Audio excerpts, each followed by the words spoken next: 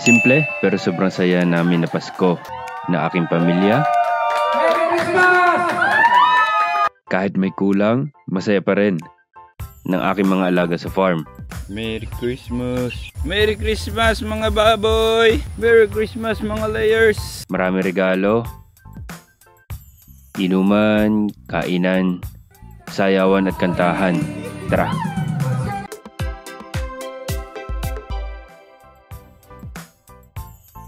December 24, 6:30 pa lang ng hapon, nagpe-prepare na para sa simpleng Noche Buena. At isa sa pinagkakaabalahan ay ang lechon belly na ito na pagkalaki-laki. Sana lumutong. Kaso, nakatulog ako. Paggising ko, kumpleto na ang pagkain sa lamesa. Pesto, maha, spaghetti at lechon belly. Sakto lang para sa amin basta sama-sama. At nagpa-party na sa labas ang aking mga kapatid at ang aking mga pamangkin. May video ko pa, akala mo naman ay mga songer. Joke lang, basta masaya lang. Hindi ko rin alam kung bakit yan ang sayaw nila sa kanta nila. Pagsapit na alas 12, opisyal na Pasko na. Paglabas ko, mas nagwala na sila. Well, kami pala. Papahuli ba ako?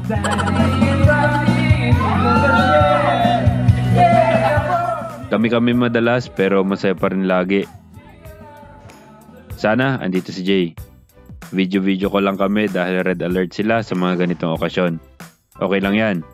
Sa ngayon. Soon, magkakasama rin kami palagi sa lahat ng okasyon. Kain na. Meron din palang chicken feet. Ito yung pwedeng kainin pati ang buto. Yun nga lang, hindi lumutong ang belly, pero panalo naman sa lasa. At tawag na ba sa ganito?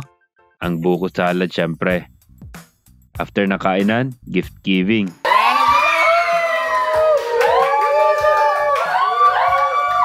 Ewan ko kung bakit nauna sa amin ang kainan. Anyways, hindi ko alam kung bakit sila excited na nilabas ko ang regalo ko. Nag-expect ata. Grabe, ang dami regalo. Nagbigayan na at excited ang lahat sa bawat regalo. Karamihan dito para sa mga pamangkin namin.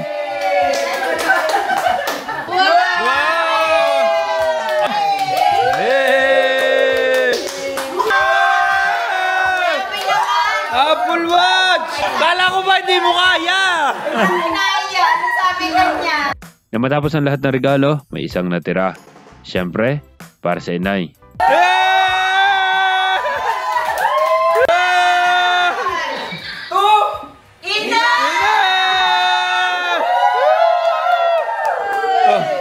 Pagkabukas, may mga basura. Ewan ko rin kung bakit at ang kahon ng regalo.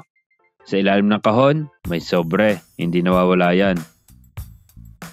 May nanalo na naman. 70, 80, 90, 100! At ang laman ng kahon, relo, na kind of magandang klase para sa amin. May pasabog ba para kay Kalila? Bike. Wish daw niya ito kay Santa eh.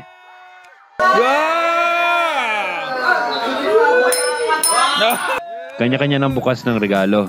Masaya at enjoy ang lahat, lalo na mga bata.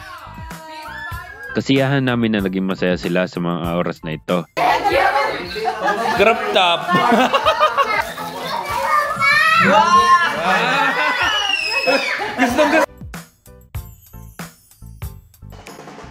Kinabukasan sa araw ng Pasko, sinimulan ko ang gawain sa pag-check ng aking mga socials at syempre, printing ng waybill para sa Spicy Chicken Pastil by Garapon ni Call of Duty. Isangat ko lang sa mga hindi pa nakakatikim o gusto mag-repeat order ng Spicy Chicken Pastil by Garapon ni Call of Duty dahil available pa rin ito sa mild at extra variant. Ma-order mo ito kahit nasan ka man sa Pilipinas through your favorite online selling platform by jar or by reseller pack. Check out na! Dumaan ako sa farm syempre para i-check ang farm at batiin ang ating mga alaga. Mga sisiw na batch 23. Merry Christmas! Hydroponics. Merry Christmas, Hydroponics! Sa ating mga native pigs. Merry Christmas mga baboy! Salamat kahit hindi kayo nalitsyon ni Ebas. Sa ating mga kambing. Merry Christmas mga kambing! Dahil maulan, nakakompine lang sila. Layers. Merry Christmas mga layers! Sa ating batch 22. Oh, Merry Christmas, Batch 22! Siyempre kay John B. John B! Merry Christmas, John B! Di ba, ang bait niya sa akin? Biglang umulan.